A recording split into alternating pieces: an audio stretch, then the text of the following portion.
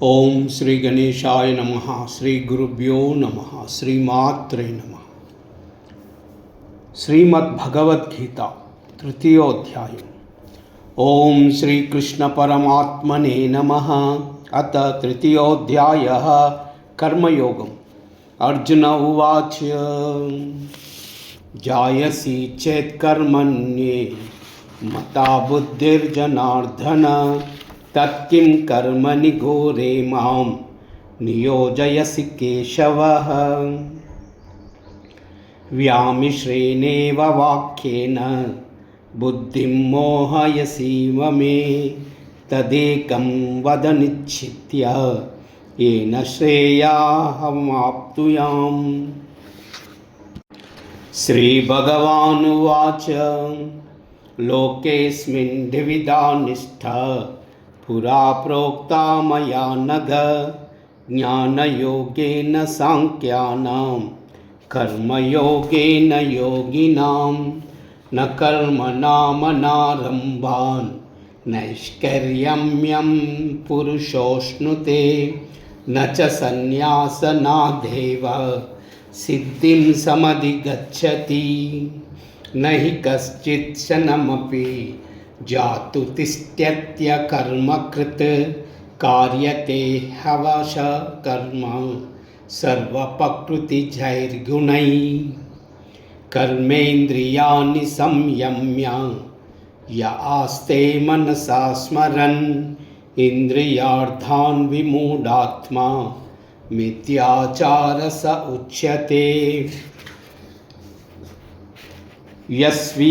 यस्विन्द्रियाणि मनसा नियम्यारभतेऽर्जुन कर्मेन्द्रियैः कर्मयोगम् असक्तः सः विष्यते। नियतं कुरु कर्म त्वं कर्म ज्यायो ह्यकर्मणः शरीरयात्रापि चेत् न प्रसिद्ध्यत कर्मणः। यज्ञार्थात् कर्मणोऽन्यत्र लोकोऽयं कर्मबन्धनः तदर्थं कर्म कौन्तेय मुक्तसङ्गसमाचर। सह यज्ञा प्रजा सृष्ट्वा पुरोवाचा प्रजापतिः अनेकप्रसविष्यध्वम् एष वोस्त्विष्टकामधुक् देवान् भावयतानेन ते देवा भावयस्तु वः परस्परं भावयन्तः श्रेयः परमवाप्स्यथा। इष्टान् भोगान् हि वो देवा दास्यन्ते यज्ञभावित कैर्दत्तानप्रदायेभ्यो यो भुङ्क्तेस्तेन एव स। यज्ञशिष्टाशिनः सन्तौ मुच्यन्ते सर्वकिल्बिषैः भुजन्ते ते त्वगं पाप ये पचन्त्यात्मकारणात्।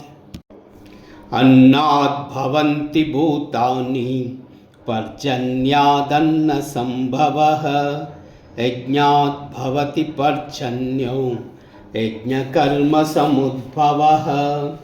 कर्म ब्रह्मोद्भवं विद्धि ब्रह्माक्षरसमुद्भवं तस्मात् सर्वगतं ब्रह्म नित्यं यज्ञप्रतिष्ठितम्। एवं प्रवर्तितं चक्रं नानुवर्तयति हय अगायुरिन्द्रियारामो योगं पार्थ स जीवति। यस्यात्मरतिरेव स्यात् आत्मतृप्तश्च मानवः आत्मनेव च सन्तुष्टः तस्य कार्यं न विद्यते। नैव तस्य कृतो नार्थः न कृतेनेह कश्चन न चास्य सर्वभूतेषु कश्चित् धर्तव्यप्राशयः। तस्मादसक्तः सततं कार्यं कर्म कं समाचरः असक्तो हचरन् कर्म परमोप्नोति पूरुषः। कर्मणैव हि संसिद्धिम् अस्तिता जनकादयः। लोकसङ्ग्रहमेवापि सम्पश्यन् कर्तुमर्हसि। यद्यदाचरति श्रेष्ठः तत्त्वदेवोत्तरो जनः। स यत्प्रमाणं कुरुते लोकस्तदनुवर्तते। न ये पार्थास्ति कर्तव्यं त्रिषु लोकेषु किञ्चनः। नानवाप्तमवाप्तव्यं वर्त एव च कर्मणि। यदि ह्ययं न वर्तेयं जातु कर्मण्यतं धृता। मम वर्तानुवर्तन्ते मनुष्याः पार्थ सर्वशः। उत्सीदेयुरिमे लोका न कुर्यां कर्म चेदहं। शङ्करस्य च कर्तास्यम् उपहन्यामि मां प्रजा। सक्तो कर्मण विद्वांसो यदा कुर्वन्ति भारत। कुर्याद् विद्वांस्तदा सक्तः चिकीर्ष्य लोकसङ्ग्रहं। न बुद्धिभेदं जनयेत् अज्ञानं कर्मसङ्गिनां। जोषयेत् सर्वकर्माणि विद्यां युक्तसमाचरन्। प्रकृते क्रियमाणानि गुणैः कर्माणि सर्वशः। अहङ्कारविमूढात्मा कर्ताहमिति मन्यते। तत्त्ववित्तु महाभावो गुणकर्मविभागयो। गुणा गुणेषु वर्तन्ते इति मत्वा न सज्जते। प्रकृतेर्गुणसम्मूढः सज्जन्ते गुणकर्मसु। तान् कृत्स्नविदो मन्दान् कृत्स्नस्य विन्न विचालयेत्। मयि सर्वाणि कर्माणि सन्न्यस्याध्यात्मचेतस। निराशीर्निर्ममो भूत्वा युद्धस्व विगतज्वरः। ये मे मिदं नित्यम् अनुतिष्ठन्ति मानव।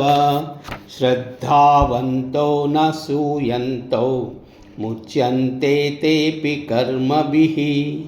ये त्वेत्त्वभ्यसूयन्तो नानुतिष्ठन्ति मे मतम्। सर्वज्ञानविमूढास्तां विद्धि नष्टान् चेतसः। सदृशं चेष्टते स्वस्ता प्रकृतेर्ज्ञानवानपि। प्रकृतिं याति भूतानि निग्रहः किं करिष्यति। इन्द्रियेन्द्रियार्थे रागद्वेषौ व्यवस्थितौ। तयोर्न वशमागच्छेत् तौ तास्या परिपन्दिनौ। श्रेयान् स्वधर्मो विगुणः परधर्मात् स्वनुष्ठितात्। स्वधर्मे निधनं श्रेयः परधर्मो भयावहः। अर्जुन उवाच अथ केन प्रयुक्तोऽयं पापं चरति पूरुषः। अनिश्चिन्नपि वार्ष्णेयः बलादिव नियोजितः। श्रीभगवानुवाच काम एष क्रोध एष रजोगुणसमुद्भवः। महाशनो महापाप्मा विद्येन महवैरिणम्। धूमेनाव्रियते वह्निः यदादर्शो मलेन च। यथोल्बेनावृतो गर्भः तदा तेनेदमावृतम्। आवृतं ज्ञानमेतेन ज्ञानिनो नित्यवैरिणा। कामरूपेण कौन्तेय दुष्पूरेण नलेन च। इन्द्रियाणि मनोबुद्धिः अस्याधिष्ठानमुच्यते। एतद्विमोहयत्येष ज्ञानमावृत्य देहिनं तस्मात् त्वमिन्द्रियानाधौ नियम्य भरतर्षभ पापाप्नं प्रजाहीनं ज्ञानविज्ञाननाशनम् इन्द्रियाणि पराण्याहुः इन्द्रियेभ्यः परं मनः मनस्तस्तु परा बुद्धिः यो बुद्ध्ये परतस्तु नः एवं बुद्धे परं बुद्ध्वा संस्थाभावात्मानमात्मना जहि श्रुतुं महाबाहो कामरूपं दुरासदम् ॐ तत्सत् इति श्रीमद्भगवद्गीतासु उपनिषत्सु ब्रह्मविद्यायां योगशास्त्रे श्रीकृष्णार्जुनसंवादे कर्मयोगो नाम तृतीयोऽध्यायः। श्रीकृष्णार्पणमस्तु। ॐ तत्सत्।